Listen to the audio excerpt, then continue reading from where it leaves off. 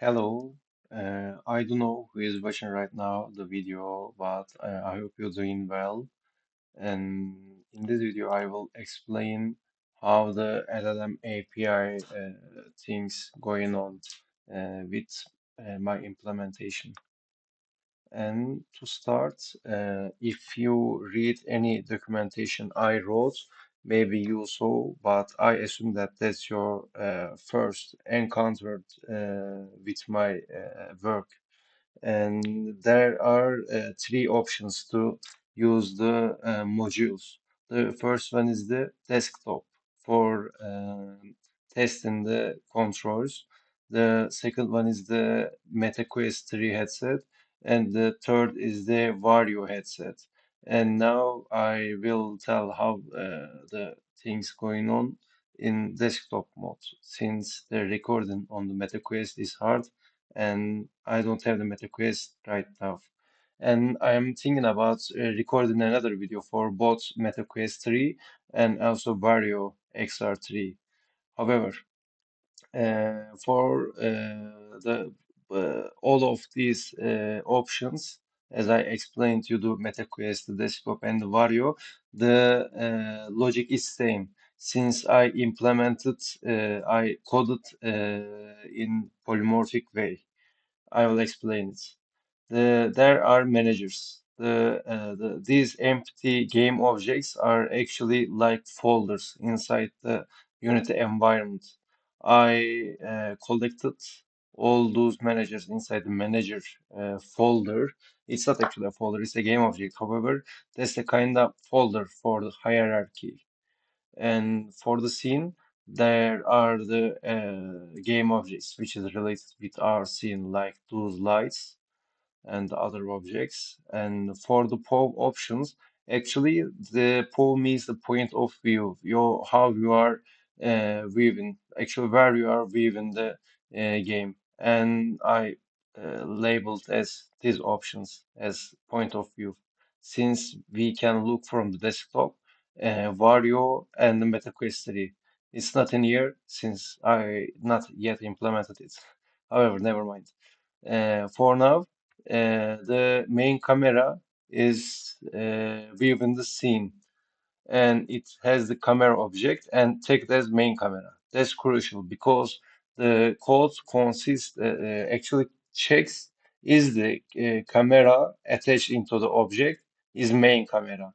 So attaching only the camera, attaching only object which consists the camera component is not enough.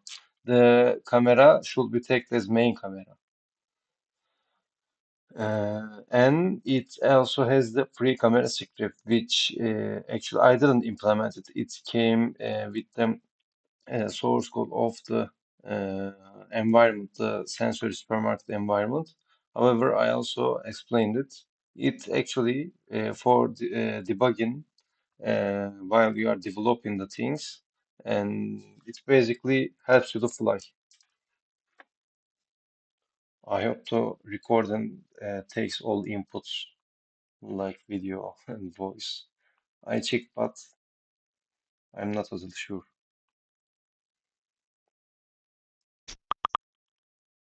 Oops. And let's open. Yeah, you can see the console. I will explain this step by step. I disabled the look tracking right now for showing you only the flying, actually the free camera script. Now with the shift, I can, it's like kind of dash button inside the games. I can sprint like that, and without the shift button, you will lots of if she will watch the video. With the WASD or the arrow buttons, you can iterate throughout the scene like that. And that's all about the main camera. And Vario has its own attributes. I will explain in another video. The video is about the main logic of the API calls actually. And in manager settings, there are three folders, as I explained. For the pipeline managers, actually that folder consists the main logic, the core logic, the scripts for calling an API, and Varjo specific managers and Quest 3 specific managers will consist their the components which belong to only their environment. For example, Vario headset, you cannot use the input actions, the default input actions which comes with the XR interaction toolkit package. So you need to implement your own controller um, action mapping actually, and controller-based locomotion script actually helps for that. The I think explanation about it is clear, since as I mentioned previously, I am aiming to explain only the pipeline, the main core logic about calling APIs. I will pass those for pipeline managers. The things goes in like that way. For example, you are going in the supermarket and an object take your attention and you click it. I want to click onto the volley right now. However, it's not clicking. Never mind. And I'm looking the volley and I need to click it. Can I stop the video? That's the first time I'm recording, but I guess it's pausing. Yo, I came just a few seconds ago. uh, I click the volley, for example, in the game scene. I know I am in the developing scene right now, but let's assume we are in the game scene right now for the theoretical side. I have looked over that object um, for 3 seconds. The threshold for that object is 3 seconds, and it calls the APIs actually. And the crucial thing about the focusing over an object in that aspect is every object like that and the other ones, all of this must consist the lookable object script, because if you open the inside of it, in the assets, lookable object. If the look time, the total look time is above the threshold, it exceeds the threshold, it calls the analyze material with visual. So the objects are actually, I hope the scene is visible for you. I don't have any option rather than hoping right now, but however, the objects are itself calling the analyzer methods. So I think it's clear. By the way, if I cannot explain anything and if you don't get it from the video or documentation, you can just drop a comment at the comment section, or don't forget to be a member to my YouTube channel. However, and as I mentioned, the objects are calling the analyzers. And how can we understand an object is focused into? For example, for 3 seconds. Oh, it's attached for 2 times. How can we understand that? Actually, from the camera, actually, let's look onto the LLM manager. Or no, look tracker manager. Actually, we are tracking the look for every second in the game. So I will open the code again because it's easier than in that way. It was a look tracker. Give me a second.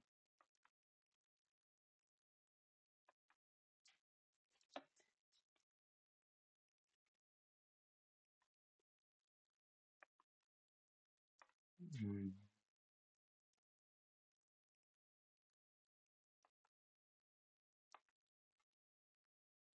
Yeah, actually, we are for update methods is our method which helps to, in Unity, doing something for every frame. For example, you most probably heard the FPS, the frame per second, and the game is just going slow like video.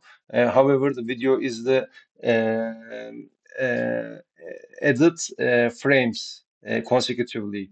So we can do, if we can do a thing for every frame dynamically, we can implement it throughout the video.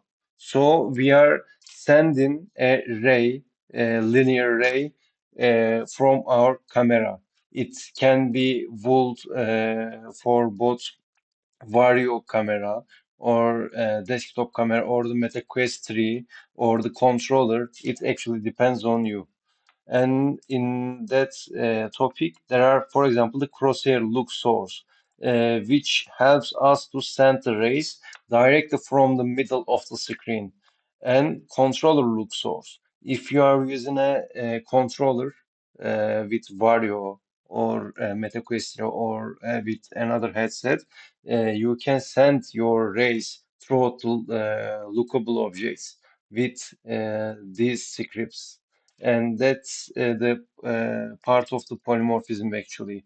You don't need implement any ray sender, uh, since the rays are sent by the look tracker.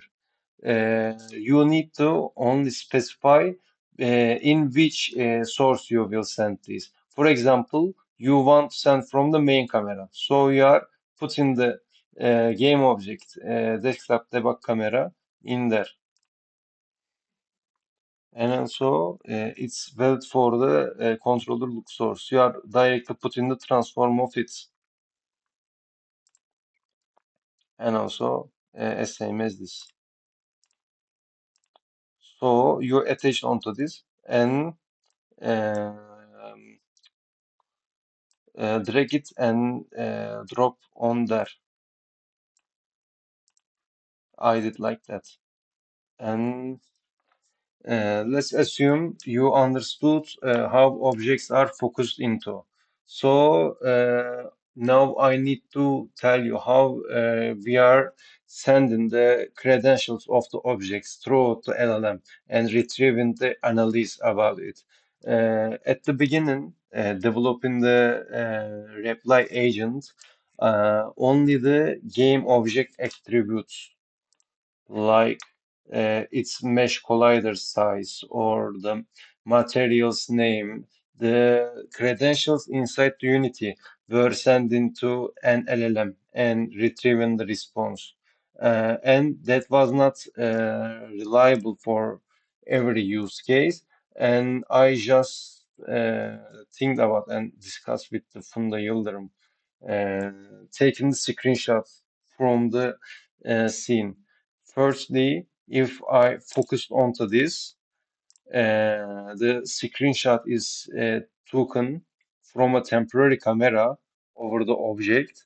The details are in the documentations to highlight about to how to take the screenshot should be mentioned in the video is it's dynamic.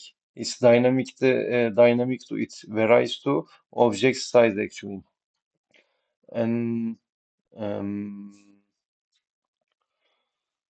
um, we are taking the screenshots and send them to a visual analyzer LLM. Let me open the LLM manager. At the beginning, oh, it can be both OpenAI or the Gemini. Actually, that's the second thing I applied the polymorphism.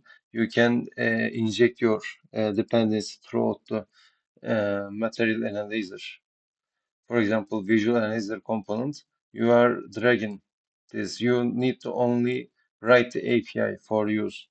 However, you looked on object and you get the screenshot and send it to Gemini or OpenAI. The things, these works are handled by the uh, mm, these scripts, so you don't need to think about it. And let's open the material analyzers itself.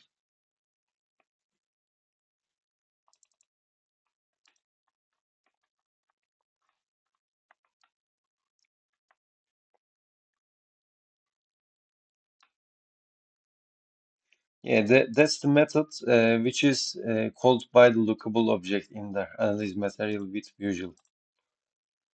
And if you have not attached your visual analyzer as I showed you in there,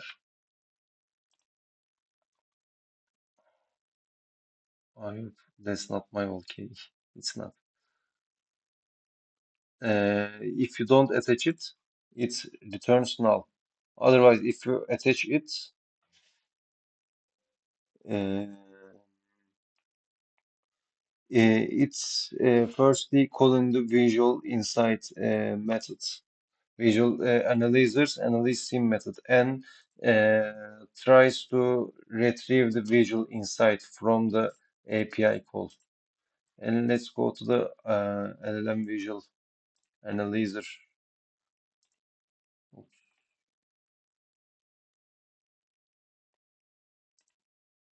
For example, the Gemini.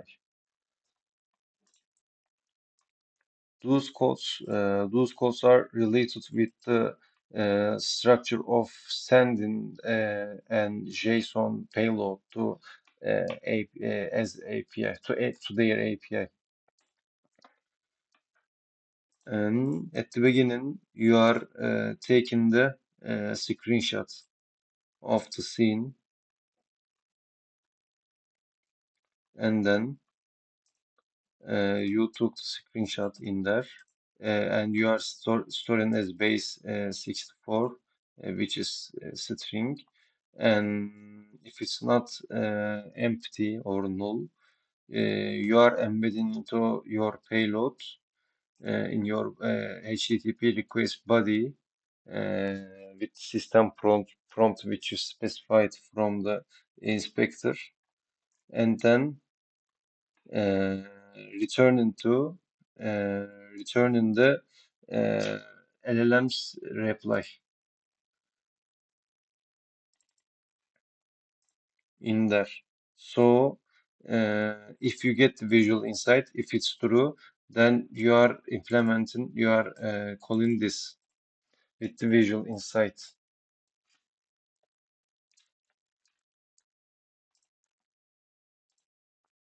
And analyze material is building the prompt with the game objects data, the game objects data, and the visual interpretation by the LLM, and logs it into console for testing, and then starts the correcting about the sending the LLM the whole data, which is the game object attributes and the visual insight interpretation by the visual LLM, visual interpreter LLM. Hmm.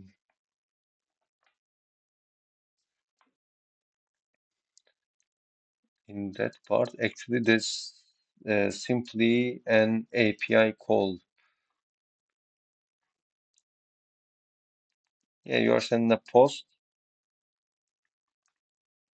and the other thing, which is different thing than API call, it's not just an API call actually. If it's successful, if the web request is successful, if we retrieve the uh, answer from the LLM, we are embedding it, we are inserting it on a tabular database, which is SQLite. I choose SQLite since it can be also be used inside the Android, which is crucial for the Meta Quest actually.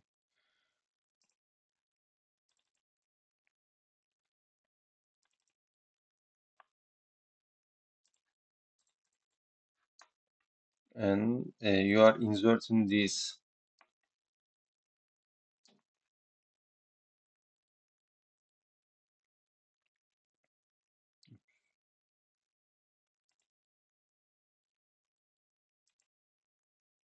and I'm checking. Those scripts are helping for the inserting throughout the database. The LLM database is the LLM log entry is the our tabular data structure to be inserted. LLM database which manages the insertion logic and the session initializer and session manager. The session is basically when you start playing, it increments by one. It's not the same as with the ID, raw ID. It's ID for the participants. The implementation was done by considering it's developed for the experiments. So there would be several participants, and they should be different session IDs for if the experimenters desire uh, analyze the individual participants. So the DB file, the LLM logs DB file location is same for every device, which is the users, the username, app data, the local log, the company name, the project name, and the LLM logs DB. That's the same file as this. And the session counter, that's a text file which holds the session ID. Since if the Unity will be closed throughout the experiments by accident or by uh, by the by themselves, uh, it will be keep the score. And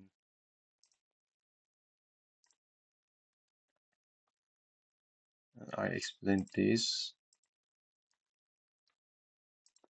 And the LLM panel is a panel which displays the explanation of the LLMs to the user, like GUI. It's popping up.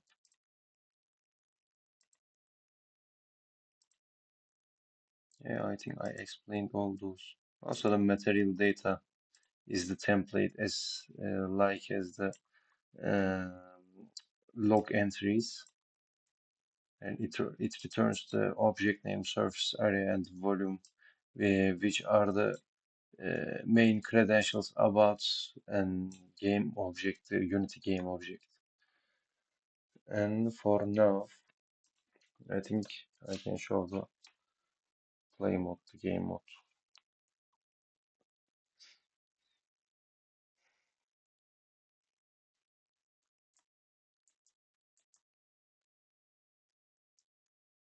For example, I'm moving and I am looking the bully, which is at the middle of my screen.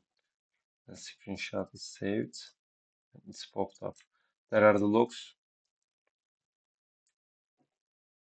It actually gave the response with respect to my system prompts, and if not desired, you can change it manually.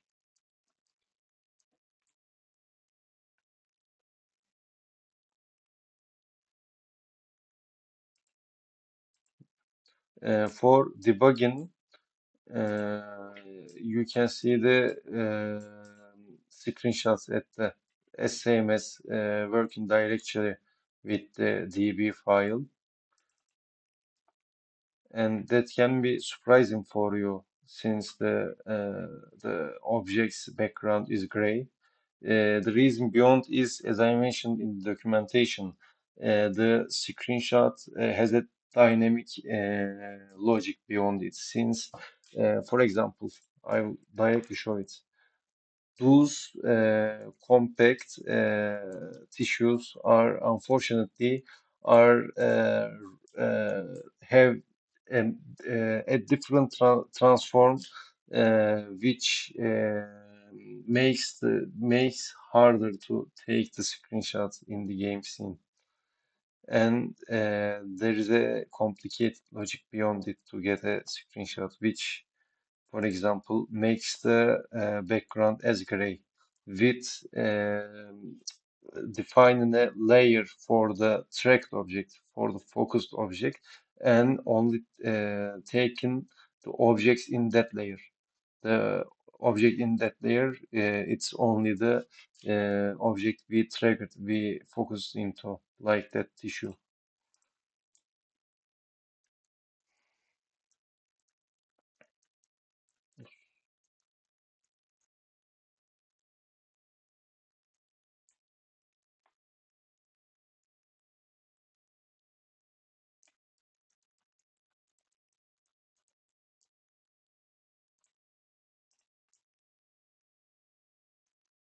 Yeah, I think that's all about the general logic. Thank you.